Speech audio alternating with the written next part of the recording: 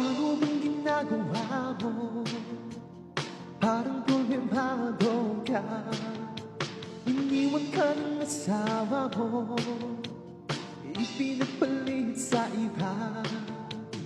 Masakit talaga sa first time pag-iwan ka ng asawa mo, ipinagpalit ka na. Iniwanan ka ba kung nasakit ang katayanan?